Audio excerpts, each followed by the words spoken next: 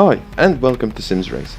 Today we'll take a closer look at WRC 10's Croatia gameplay footage that was released a couple of days ago. To be absolutely clear, this is not a review, as it would be highly unreasonable to grade a whole game based on this short gameplay clip. Furthermore, this is also not a reaction video, as I've watched this footage countless times. What I will do though is start off with providing all the information I managed to find about the game so far, followed by an analysis of what we can accurately deduce from the Croatia footage and my thoughts on it. Now, I won't be discussing the physics because there's nothing we can figure out about that until we have had the opportunity to drive it ourselves. One final thing I'd like to mention is that I haven't had the best of experiences with the Kiloton Racing developed WRC titles in the past, and as a result I'm rather skeptical. As I've said, in this video I will give you my personal thoughts concerning certain topics. However, I won't spread any misinformation about this title in any way, shape or form, because that would defeat the purpose of this whole video. Just like Harry Potter, I must not tell lies. So with that out of the way, let's get cracking.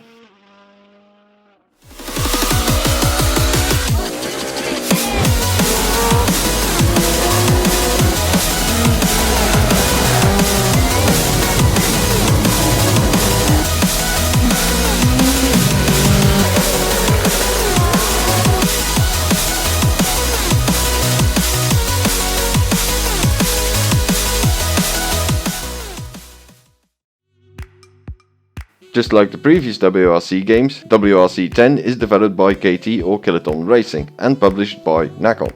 As you would expect, the game offers players the opportunity to drive all the cars competing in WRC, WRC 2 and 3 and the Junior WRC class from the 2021 championship season.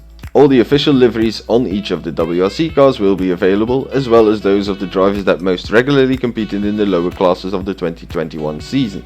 In total, the game will feature 52 teams. Besides the cars, WRC 10 will feature all the locations from the 2021 season, including 4 new ones: Croatia Rally, the Rally Estonia, the Rally de España and the Wipers Rally Belgium. The Arctic Lapland Rally, on the other hand, won't be in the game as far as I know, as it was a very late addition to the calendar. The game will also pay tribute to the WRC's 50th anniversary with the introduction of the retrospective mode, which contains 19 events that have shaped the history of the WRC. Keep in mind that those events are not locations but rather scenarios you'll play through. I would expect something similar to the Colin McRae tribute feature in the Rally 2.0. Speaking of locations, we know that 6 historic rallies will be part of this mode, including the Acropolis Rally, the Rally San Remo, the ADAC Rally Deutschland and the Rally Argentina. Which 2 additional rallies will be added to this list still remains to be seen. We also know that there will be 20 historic cars in WRC 10, which is 5 more than in WRC 9, so I would expect to see most of those from WRC 9 make a return, with the addition of a handful of new ones. The historic cars that are 100% confirmed due to being mentioned in an article or seen on footage are the Alpine Renault A110, the early and very successful Audi Sport Quattro A2, the Lancia Delta HF Integrale Evoluzione, the Citroën Zara WRC and the Ford Focus RS WRC from 2007. Kiloton Racing also mentioned brands like Subaru and Mitsubishi, so I presume most of the new additions will be divided amongst those 2, with cars like the 1995 Subaru Impreza Group A or the Mitsubishi Lancer Evo 6 Group A. So you probably shouldn't expect anything that really pops out or is completely unique in rally games. We've been told as well that the team has put some work into improving the car physics, with the specific focus on aerodynamic forces, the turbo and braking. This is very vague information and of course typical PR and advertisement speech, something which should be taken with a pretty large pinch of salt.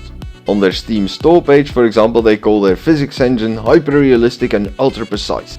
Well, I'm definitely not saying that their physics engine is bad, but to call it hyper-realistic and ultra-precise is a bit of a reach. They've also worked on revamping the sound design, but from past experiences and from what I've heard, or should I say haven't heard so far, I don't have much faith in them wowing us, which is something I'll discuss later on.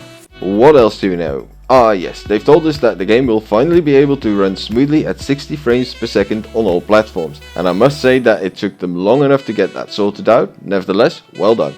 Other new features coming with WRC 10 are, for example, the new livery editor for the career mode. As a livery designer myself, I'm not easily satisfied when it comes to livery editors in racing games, as they tend to be very basic. I suspect this feature to offer you a limited amount of base layouts or patterns and colors to choose from, combined with the option to select sponsors which will be placed on the car in a very specific and fixed position. Don't expect to be able to design your own unique pattern, place sponsors wherever you want on the car, or even scale and rotate logos.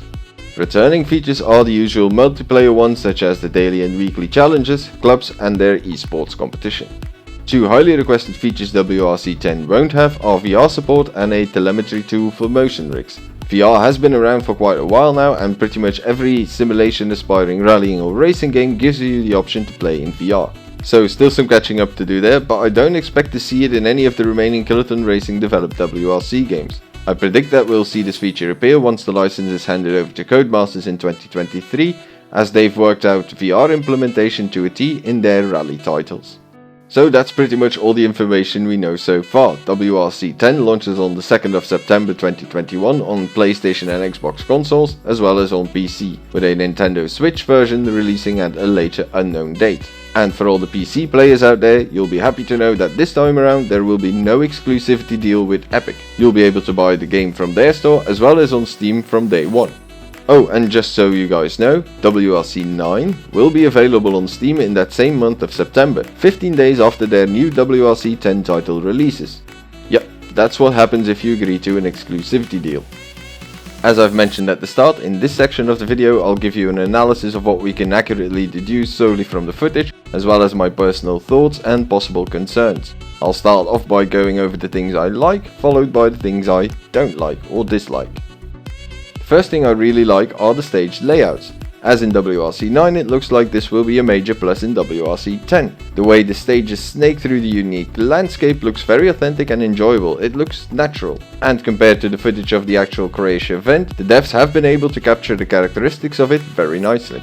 However, I can't deduce if the stages are pinpoint accurate to their real life counterparts from this limited footage, as I'm not familiar with the stages. I hope to be able to give you more precise information about the pinpoint accuracy of the stages when they eventually release a similar video for the Wipers Rally Belgium event. I live in the middle of that area and have driven those country roads on many occasions myself. Another aspect I enjoy looking at is how dust clouds and smoke are generated from underneath the tires and the car. However, because of the aero package on the WRC cars, behind the car there should be a vortex-like dust cloud. The way dust clouds and smoke fade away still needs a bit of work though. Once it is fully formed, the cloud just fades away like a static frame. It should look like dust is dispersing and dwindling downwards. I also like the look of the road surface, as we can see quite a bit of variation in this regard, going from freshly laid tarmac to old and cracked tarmac with potholes. I did notice that some of the potholes appear to be painted on the surface rather than actual 3D textures. Some do look like 3D textures but don't affect the car. In this case, for example, the car should dip down slightly on the left hand side going over this pothole, but that doesn't happen. And here's another example where I noticed the same thing. And the final element that just about makes it on the list of likes are the model textures of the car bodies. They look decent but somehow lack certain minute details. In this frame, for example, the Ford badge, the Fiesta badge and the metal pins to lock the boot look like they are painted on and not properly modeled in 3D.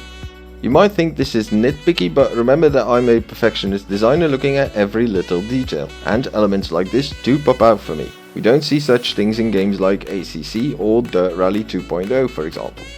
When it comes to what I can accurately deduce from the footage and put on the list of likes, well, that's about it. And it's not overwhelming because most of those elements were already in WRC 9. Now, what about the aspects I dislike? Well, there are several things I noticed in this footage that fall into this category. We'll start off by sticking with the 3D model textures and this frame of the Ford Fiesta WRC. Have a look at the tarmac rims and tires. Once again, the devs continue to poorly model these. The size and shape of the rims is just plain wrong. Putting this frame next to an image of the real car, it becomes so obvious. Firstly, they are smaller than those on the real car. Secondly, in the game the rims have an exaggerated curve on them somehow. And finally, from certain angles they have somewhat of a 2D or toy-like look to them. And because the size of the rims is incorrect, so are the tires. They seem too thick and also lack texture detail. If all of this isn't bad enough, there is also something about the shadows and light reflection on the rims and especially the tires which is completely off. The tires, for example, reflect sunlight as if they were made from plastic. The only moment where they might reflect sunlight like this is when they are brand new and lacquered. But within minutes of being used and dust piling up, that rubber should never reflect light in this way. This brings me neatly to my second point. Personally, I feel that the shadow lighting and the reflection effects in general are off, which is something previous titles have struggled with as well. There are times where on a stage in WRC 9, for example, everything looks absolutely gorgeous, but then a few corners later I notice everything around me is somewhat of a lesser quality. It's a very odd thing and I suspect it has indeed something to do with shadow, light and reflections. In WRC 10 we see the same issue return. Here we have a frame of the clip where the car looks really good. However, when we look at this frame of the clip, well, it doesn't scream quality, does it? The next element I noticed was the fact that there was no water spray created behind the car on wet roads. In this section you can clearly see that there is a sufficient amount of water on the road which should create that spray behind the car. Hopefully it's something that is just not in its final state yet. The question then is, why even include it in the footage? The following aspect that drew my attention is that the in-game footage is from someone driving with a gamepad. This becomes clear when you watch the movement of the car and the wheels in these clips.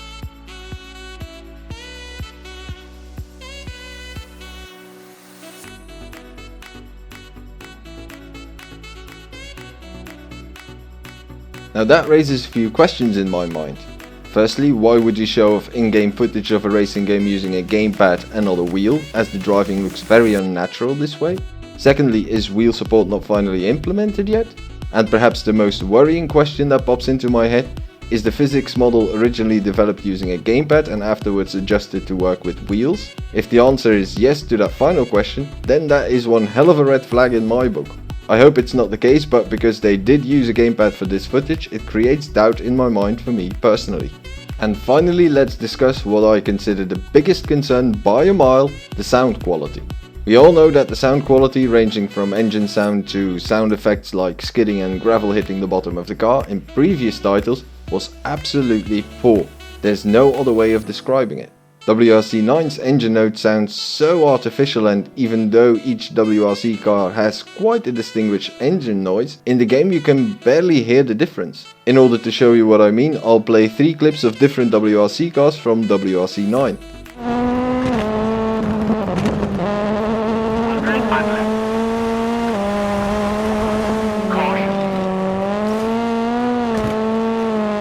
I mean, seriously, I can't hear much of a difference, can you? Now getting back to the Croatia footage, let me explain as to why I'm deeply concerned about the sound quality once more. As the title claims, this is gameplay footage and you would expect that the engine and sound effects are those from in-game.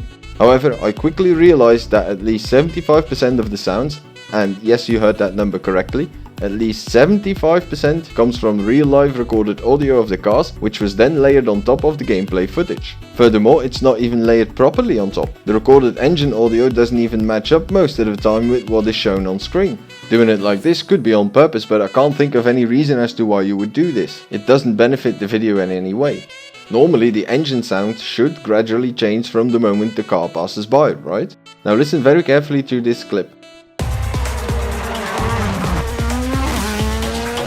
In both situations we can clearly hear that it doesn't match up, especially in the second part, as the sound suggests that the car is driving off into the distance. Meanwhile in the footage, the car doesn't do that.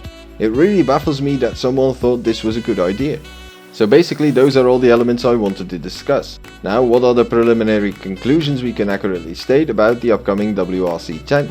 Well, based on what we know so far, we can conclude that there will be new types of content added to the list of content which was in previous titles, such as the livery editor, retrospective mode, as well as new cars and locations.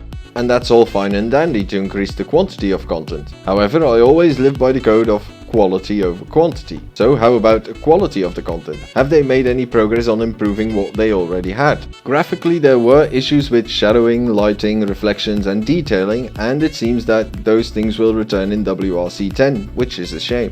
Necessary improvements to the 3D model textures appear to be really difficult to spot, so no major updates there despite the fact it desperately needs some, especially the wheel rims and tires on tarmac and some elements on the car's body.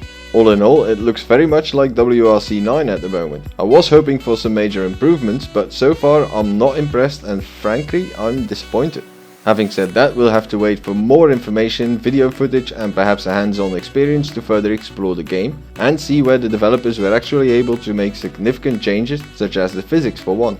So there we have it, my analysis of the latest footage combined with my thoughts on several different topics. I hope you enjoyed this video, and if you did, feel free to like the video, write a comment, subscribe and hit the notification bell, as this helps out the channel quite a lot. All there is left for me to do now is to thank you for watching and bid you farewell. See you next time. Goodbye.